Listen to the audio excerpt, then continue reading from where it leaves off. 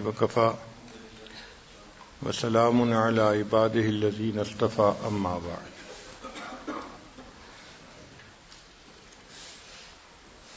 دین اسلام نے انسان کو جنگلوں اور غاروں میں جانا نہیں سکھایا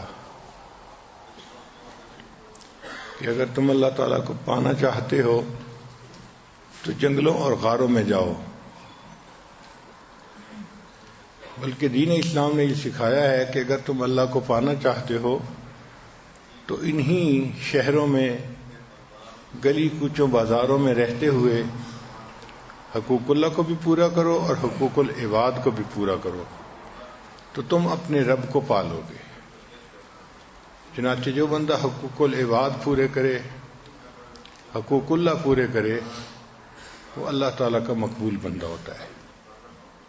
اب ازدواجی زندگی میں کئی پہلو ہوتے ہیں، خامد ہے، بیوی ہے، ساس ہے، سسر ہے، تو سب ایک دوسرے کے ساتھ انٹریکٹ کر رہے ہوتے ہیں، اس لیے ایکویشن ذرا ڈیفیکلٹ ہو جاتی ہے.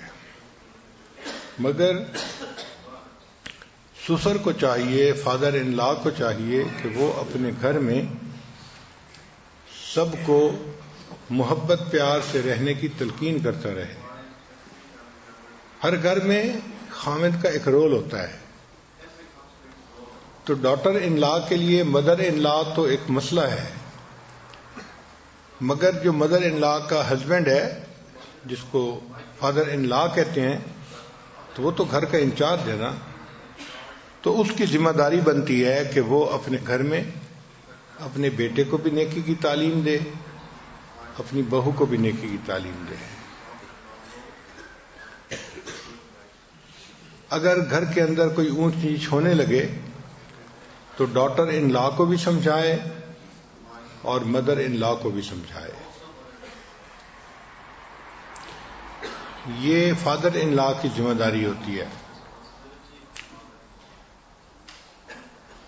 سائنٹیفک ریسرچ میں چند باتیں سامنے آئی ہیں کہ فادر ان لا 6 ٹائپ کے ہوتے ہیں. سب سے پہلی ٹائپ پیسیفائر. پیسیفائر کہتے ہیں بچے کی چوسنی کو. بچہ جب ذرا فارغ ہوتا ہے تو وہ چاہتا ہے کہ میرے منہ میں چوسنی آ جائے، تو وہ آرام سے اس کو چوستا رہتا ہے، چپ رہتا ہے.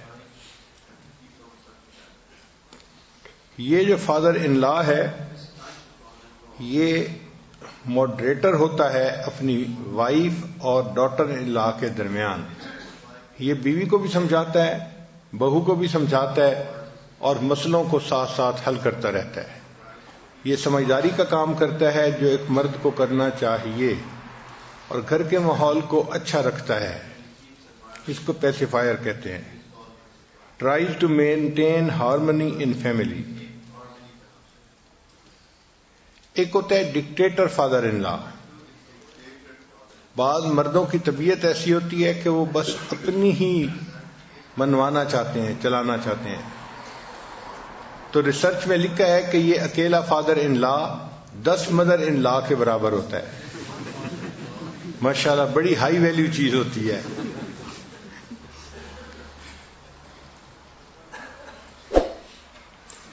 اس بندے کے اندر بہت ساری ایگو ہوتی ہے، پرائیڈ ہوتا ہے، اور یہ سمجھتا ہے کہ مرد جو ڈیسیژن کر سکتے ہیں عورتیں وہ نہیں کر سکتی، لہذا ہر کام میں دخل اندازی اس کی عادت ہو جاتی ہے. ایک تیسرا ہے، اس کو کہتے ہیں ہاؤس ہولڈ مینیجر، کہ بعض مردوں کو عادت ہوتی ہے کہ گھر کے ہر کام کو خود کرنا. صاف ظاہر ہے جب مرد کسی کام کو کرنے لگتا ہے تو وہ عورتوں سے بہتر کر لیتا ہے. عجیب بات یہ ہے کہ کچن پہ راج عورتوں کا ہوتا ہے لیکن دنیا کے بہترین کک مرد ہوتے ہیں، اور ڈیزائننگ میں اور کپڑوں میں عورتیں سب سے زیادہ ڈیزائن کرنے والی، بنوانے والی ہوتی ہیں، لیکن دنیا کے سب سے بہترین کپڑوں کے ڈیزائنر وہ مرد ہوتے ہیں.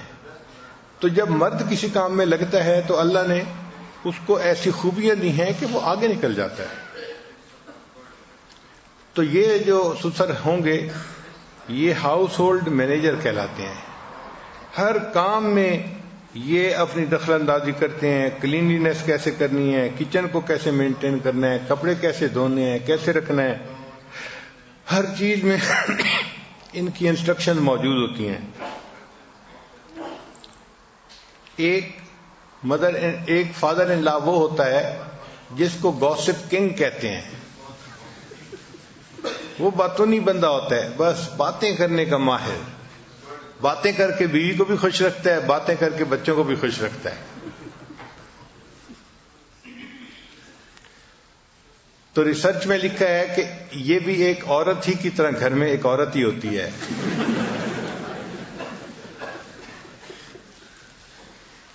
اور پانچویں ٹائپ جو ہے وہ سلیو آف ہز وائف. ایسا فادر ان لا کہ جو اپنی بیوی کا ماؤتھ پیس ہوتا ہے. بیوی نے جو کہنا ہوتا ہے وہ خود نہیں کہتی، وہ اپنے ہسبینڈ سے کہلواتی ہے. چنانچہ he is mouthpiece of his wife, his wife control the string. اور اس بندے کے نزدیک اس کی وائف دنیا کی سب سے کامل اور بہترین عورت ہوتی ہے. اس کو اپنی بیوی کے اندر کوئی نقص نظر نہیں آتا. آگے ہے کہ how to be a good father in law. ایک اچھا فادر ان لا ہم کیسے بن سکتے ہیں؟ تو جو بھی ڈیسیژن گھر میں ہونے ہو، ایک فادر ان لا کی ذمہ داری بنتی ہے کہ اس میں ڈاٹر ان لا یا سن ان لا کو ضرور شامل کرے، تاکہ وہ بھی اپنے آپ کو پارٹ آف دی فیملی سمجھے. پھر ہمیشہ بی سپورٹیو. اس کا ایٹیچیوڈ ہمیشہ سپورٹیو ہی ہونا چاہیے. ہمیشہ بچوں کو سپورٹ کرنے والا ہو، ان کو مدد دینے والا ہو. اور اس کی طبیعت میں کائنڈنیس ہونی چاہیے، کیونکہ چھوٹوں کو بڑوں سے کائنڈنیس کی ضرورت ہوتی ہے، ہمدردی کی، مہربانی کی ضرورت ہوتی ہے. تو یہ بچوں کے اوپر مہربان ہو تو یہ ایک اچھا فادر ان لا بن سکتا ہے. نبی علیہ الصلوۃ والسلام کی بڑی صاحبزادی سیدہ زینب رضی اللہ تعالیٰ عنہ کا نکاح اپنے چچا کے بیٹے سے ہوا تھا، ابو العاص سے. اور اس وقت وہ مسلمان نہیں تھے جب نکاح ہوا تھا. کہ جب نبی علیہ الصلوۃ والسلام نے نبوت کا دعویٰ فرمایا تو اس وقت بھی ابو العاص نے اسلام لانے میں جلدی نہیں کی. اب اللہ کی شان دیکھیں کہ ایک ایسا موقع آیا کہ ابو العاص اپنے تجارتی سفر پہ ایک قافلے کو لے کے شام کی طرف گئے، اور جب واپس آنے لگے تو مدینہ طیبہ کے جو صحابہ کرام تھے انہوں نے ایک موقع پہ اس کو گرفتار کر لیا.